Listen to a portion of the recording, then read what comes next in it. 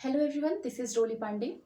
Last class में हमने discuss किया था कि जो केवीएस का थर्ड पार्ट है, मतलब जो थर्ड सेक्शन है, उस सेक्शन में जो पर्सपेक्टिव ऑफ एजुकेशन वाला टॉपिक है, मतलब जो पूरा 60 मार्क्स का है, उसको हम स्टार्ट करेंगे, वो पूरा मई तक कवर करेंगे। तो आज जो इसकी फर्स्ट यूनिट है, वहां से हमने स्टार्ट किया। फर्स्ट यूनिट क्या थी? Understanding understanding the learner. ठीक है, अधिगमकर्ता की समझ, ये वाली टॉपिक स्टार्ट करेंगे, जिसमें से पहला टॉपिक क्या है हमारा? ग्रोथ एंड डेवलपमेंट, मतलब कि वृद्धि एवं विकास। अब वृद्धि और विकास ये वाला जो चैप्टर है, इसको जो साइकोलॉजिकल पार्ट है उसमें ऐड ऑन क्यों किया जाता है?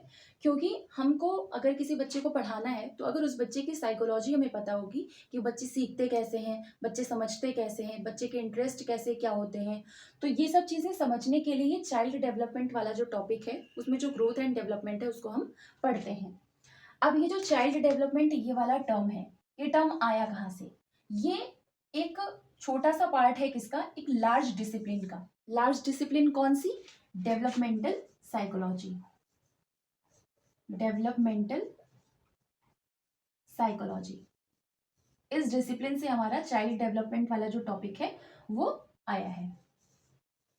डेवलपमेंटल साइकोलॉजी मतलब जो विकासात्मक मनोविज्ञान है, वहां से ये छोटा सा पार्ट लिया गया है, चाइल्ड डेवलपमेंट, जिसके बारे में हम पढ़ते हैं। अब ये जो चाइल्ड डेवलपमेंट वाला टॉपिक है, ये समझने के पहले हम ये समझेंगे कि बच्चों का थोड़ा सा समझेंगे कि जैसे बच्चे हैं उनमें व्यक्तिगत विभिन्नताएं पाई जाती हैं।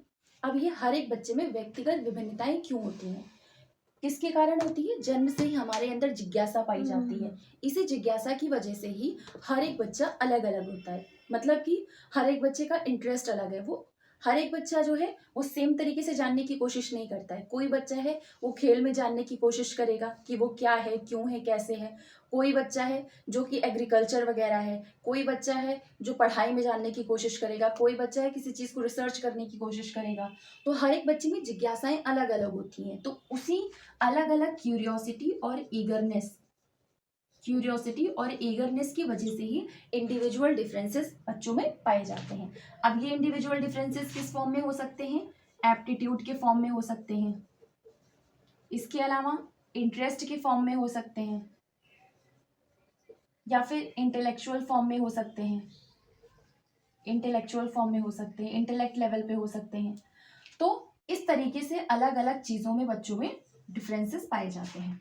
ठीक, अब ये बच्चा जो है वो अलग अलग, मतलब इंडिविजुअल डिफरेंसेस जो बच्चे में पाए जाते हैं, वो क्यों पाए जाते हैं? क्योंकि चाइल्ड डेवलपमेंट मतलब बच्चे का जो विकास है, उसको दो चीजें हैं जो कि प्रभावित करती हैं। कौन कौन सी दो चीजें? एक हेरिडिटी फैक्टर है जो बच्चे को प्रभावित करता है, और दूसरा एनवायरमेंटल फैक्टर है जो कि बच्चे को प्रभावित करता है। इन्वायरमेंटल फैक्टर है जो बच्चे को प्रभावित करता है। ये हेरिडिटी फैक्टर बच्चे को प्रभावित कब करता है? जब प्रीनेटल लाइफ होती है, मतलब बच्चा जब गर्भ में होता है, तो गर्भ में ही बच्चे को अपने पेरेंट्स से जीन्स मिलती हैं। उन्हीं जेनेटिक चीज़ों की वजह से ही बच्चे में ये हेरिडिटी फैक्टर पाया जाता है। हेरिडिटी फैक्टर मतलब क्या हुआ कि कोई भी बच्चा है उसके हाथ कैसे, अब कोई भी जो मनुष्य का बच्चा है वो जानवर जैसा तो पैदा नहीं होता है। तो जानवर जैसा क्यों नहीं पैदा होता है? क्योंकि हमको पेरेंट्स से अपनी जीन्स मिली होती हैं। जीन्स जो बॉडी में जाती हैं वो इस तरीके से अपना फंक्शन और स्ट्रक्चर वगैरह क्रिएट करती हैं, जिससे जब बच्चा पैदा हो तो कैसा हो? बिल्कुल मनुष्य जैसा ही दिखाई पड़े। तो ये चीज़ मिलती कहाँ से है? ये चीज़ जीन्स से मिलती है। और जीन्स कहाँ से आते हैं हमारे अंदर? पेरेंट्स के थ्रू आते हैं। जो पेरेंट्स के जीन्स होते हैं उन्हीं से हमारा ग्रोथ होता है शुरुआती स्तर पे, मतलब जब हम गर्भ में होते हैं उस टाइम पे। और इसके अलावा जब गर्भ में बच्चा है तो उसके आसपास के जो इवेंट्स हो रहे हैं उनसे भी बच्चे जो है कुछ ना कुछ प्रभावित होते हैं। बच्चे का विकास कुछ ना कुछ प्रभावित होता है। दूसरा है इन्वायरमेंटल फैक्टर। इन्वायरमेंटल फैक्टर किस तरीके से बच्चे को अफेक्ट करते हैं? क्योंकि बच्चे की जो कैपेबिलिटी होती है चीज़ों को सीखने की और चीज़ों की ग्रास्प करने की, समझने की, इन्हीं दोनों कैपेसिटी की वजह से अब उसी सेम ही इन्वायरमेंट में कई सारे बच्चे रह रहे हैं, लेकिन हर एक बच्चा अलग तरीके का निकलता है। क्यों? क्योंकि हर एक बच्चे की जिज्ञासाएं अलग है। हमने पहले ही पढ़ा था कि क्यूरियोसिटी और ईगरनेस की वजह से ही बच्चों में व्यक्तिगत विभिन्नताएं पाई जाती हैं। तो एक ही इन्वायरमेंट में अगर कई सारे बच्चे रह रहे हैं, हर एक बच्चा अलग कैसे हो जाता है? क्योंकि अलग अलग चीज़ों में क्यूरियोसिटी होने की वजह से बच्चा अपनी क्यूरियोसिटी के अकॉर्डिंग ही सीखेगा और उस चीज़ को समझेगा। तो इन्वायरमेंटल फैक्टर और हेरिडिटी फैक्टर, ये दोनों ही चीज़ें जो हैं वो बालक के विकास को प्रभावित करती हैं। तो ये हमारा ये हो गया। ठीक, तो हमने समझ लिया चाइल्ड डेवलपमेंट क्या होता है, व्यक्तिगत विभिन्नताएं बच्चों में क्यों होती हैं, किस वजह से होती हैं, क्या दो चीजें हैं जो बच्चे के विकास को प्रभावित करती हैं। अब हम समझते हैं अलग अलग ग्रोथ को और डेवलपमेंट को। वृद्धि और विकास, अब हम इनको अलग अलग समझेंगे कि वृद्धि क्या होती है और विकास क्या होता है। ठीक है, सबसे पहले वृद्धि समझते क्या है। 4 तरीके के विकास या 4 तरीके के डेवलपमेंट्स होते हैं, सोशल, मेंटल, फिजिकल और इमोशनल। आप सबको पता है कि 4 तरीके के विकास या 4 तरीके के डेवलपमेंट जो है होते हैं, सामाजिक विकास, मानसिक विकास और ये शारीरिक विकास और ये इमोशनल डेवलपमेंट। तो इस तरीके से ये 4 प्रकार के विकास, 4 तरीके के डेवलपमेंट होते हैं। अब ग्रोथ किसको कहेंगे और डेवलपमेंट किसे कहेंगे? जो डेवलपमेंट है इसका ब्रॉडर मीनिंग होता है, ये संकुचित अर्थ देता है। जो वृद्धि है वो संकुचित अर्थ देता है और जो डेवलपमेंट या विकास है इसका ब्रॉडर सेंस में मीनिंग होता है। क्यों? क्योंकि जो ग्रोथ है वो डेवलपमेंट का एक छोटा सा बस केवल पार्ट होता है। पार्ट कैसे होता है? 4 तरीके के विकास हैं, इमोशनल, मेंटल, सोशल और फिजिकल। लेकिन ग्रोथ में सिर्फ ये जो फिजिकल डेवलपमेंट वो आता है। हम किसी भी व्यक्ति को देख करके, उसके फिजिकल अपीयरेंस को देख करके जितना अनुमान लगा सकें या बता सकें, या फिर देख करके हम बता सकें, माप सकें कि इतने लेंथ या इतने किलोग्राम वेट उसका बढ़ गया है, या फिर इतने सेंटीमीटर उसका हाथ बढ़ गया है, इतने सेंटीमीटर उसका पैर बढ़ गया है। तो इस तरीके से अगर बच्चे को दिखा के हम बता सकते हैं तो मतलब हम उसकी फिजिकल जो उसका अपीयरेंस है उसको देख करके तब बता पा रहे हैं। तो जब किसी भी बच्चे का जो फिजिकल डेवलपमेंट होता है तो वो फिजिकल डेवलपमेंट किसके अंडर आता है? ग्रोथ में आता है। लेकिन जब डेवलपमेंट की बात करें हम तो ये चारों ही तरीके के जो डेवलपमेंट हैं वो इसमें आ जाते हैं, चारों ही प्रकार के। मतलब ग्रोथ भी क्या हो गया? डेवलपमेंट का एक छोटा सा पार्ट हो गया। ठीक है, तो ये आपका क्लियर हो गया कि ग्रोथ में केवल फिजिकल डेवलपमेंट आती है और डेवलपमेंट में सोशल, मेंटल, फिजिकल, इमोशनल, ये चारों ही प्रकार के विकास जो हैं वो आ जाते हैं। अब हम पता कैसे लगाएंगे कि किसी भी व्यक्ति में या किसी भी बच्चे में ग्रोथ हो रहा है या फिर डेवलपमेंट हो रहा है? जब हम फिजिकली उसको देख करके अगर उसके जो भी शरीर में बदलाव हो रहे हैं हम अगर बता सकते हैं तो वो होगा ग्रोथ, मतलब वृद्धि। और अगर किसी भी व्यक्ति के व्यवहार को देख करके लगातार उसके व्यवहार में किस तरीके का बदलाव उठ रहा है, तो जो उसके व्यवहार में प्रोग्रेसिव सीरीज होती है उसके बदलावों की, उसके व्यवहार के चेंजेस की, तो उसको क्या बोलते हैं? डेवलपमेंट है। ठीक है, तो ये हो गया हमारा ग्रोथ और डेवलपमेंट, इनकी डेफिनेशन। जो ग्रोथ है इसमें पॉजिटिव चेंजेस और नेगेटिव चेंजेस दोनों ही प्रकार के बदलाव देखे जाते हैं। लेकिन जो विकास है इसमें सिर्फ और सिर्फ पॉजिटिव चेंजेस को ही इंक्लूड किया जाता है या फिर पॉजिटिव चेंजेस को ही डेवलपमेंट बोला जाता है। ठीक, अब जो ग्रोथ है वो कब से लेके कब तक चलती है और जो विकास है वो कब से कब तक चलता है? तो जो अर्थ है इसका ग्रोथ का वो बायोलॉजिकल सेंस में है। और बायोलॉजिकल सेंस में मतलब कि हमारी बॉडी में जो सेल डिविजन्स हो रहे हैं उनके आधार पर ही हम बताते हैं कि किसी भी व्यक्ति में, किसी भी बच्चे में कितनी वृद्धि हुई है। तो ये जो बायोलॉजिकल सेंस है, ये जो सेल डिवीजन है वो आ कहाँ से रहा है? जीन्स से आ रहा है। ठीक, और जीन्स हमें क्या बताती हैं? हमारी बॉडी का डेवलपमेंट कैसे होगा, हमारे शरीर का आकार कैसा होगा, उसका स्ट्रक्चर कैसा होगा। तो फिजिकल या फिर ग्रोथ, इन दोनों में सिर्फ स्ट्रक्चरल चीजें आती हैं, सिर्फ जो शरीर का आकार है, शेप है, वो चीजें आती हैं।